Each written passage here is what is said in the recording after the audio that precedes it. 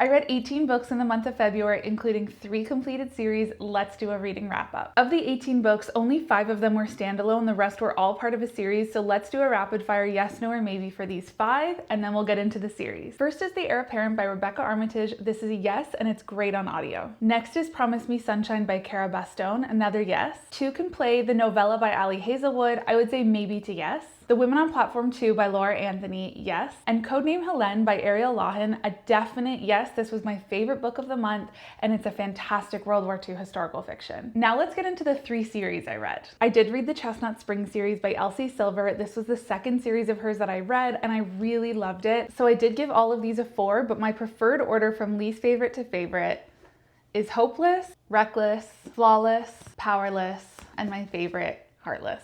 Then I read the Beartown Trilogy by Frederick Bachman. This is a really interesting trilogy. I've done a whole review on it because there's so much to say about it, but his writing is so phenomenal as always. And my preferred order of these is actually least favorite to favorite in order of this series. So Beartown I gave a 4, Us Against You I gave a 4.5, and The Winners I gave a 5. And finally, I finished the month by reading Magnolia Park series. I really liked it. I wasn't totally sold on the sort of high society London Gossip Girl vibes. It's not totally my sweet spot, but I ended up being really hooked on these characters, and I like that it alternates main characters. So Magnolia Parks, Daisy hates, Magnolia Parks, Daisy hates Magnolia Parks. I believe there are 1 or 2 more Daisy hates books coming. So my order from least favorite to favorite is Magnolia Parks, although I think this is my favorite cover, Magnolia Parks The Long Way Home, Daisy Hates The Great Undoing, Daisy Hates, and Magnolia Parks Into the Dark. Overall, I really think this series just keeps getting better.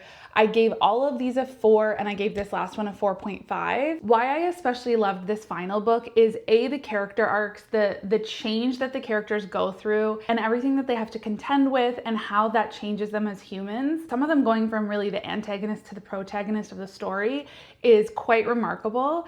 And I also really appreciated the OCD and mental health representations in this book. As someone who deals with OCD all day, every day, I really appreciated how it was talked about, how there was some humor, how there was also a lot of respect put around it. And I just really enjoyed reading a book about this. It's not often that I see myself reflected in that way. I really liked it. So that's my February reading wrap up. Let me know what your favorite book of the month was.